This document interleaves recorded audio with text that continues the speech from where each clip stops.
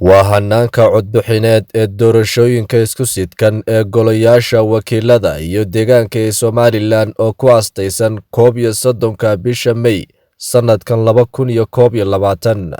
Fadlan hore u soo qaado kaarkaaga codbixinta ama shahaadada codaynta si nidaamsan u soo gal safka goobta codbixinta kuna biir safka saxda ah sida qaybta ragga ama dumarka.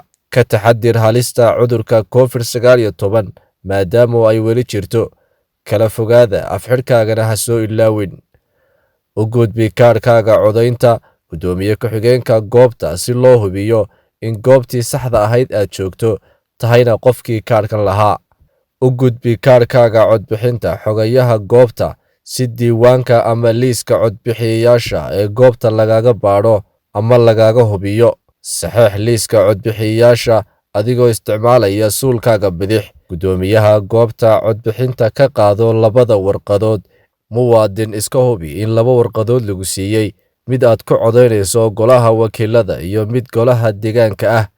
Warqaduhu waa inaanay wax hore ku qornayn, jeexnayn, isla markaasina ay leeyihiin shaambadii goobta si codkaagu uu sax u noqdo.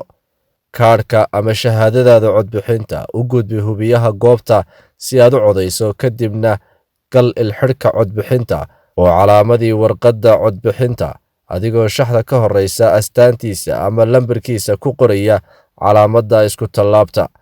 Haddii aad u baahato caawimo, waxaa kaa caawinaya gudoomiyaha goobta isagoo go'aankaaga tusaya muraaqibiinta xisbiyada. Labada warqadood ee codbixinta mid walba gaarkeeda isugu laab si taxadar leh ugu kala rid waraaqaha codbixinta, sanduuqa codaynta ee golaha wakiilada iyo sanduuqa codaynta ee golaha deegaanka. Mar labaad ku noqo khadeeyaha goobta codbixinta si faryarada bidix loo khadeeyo.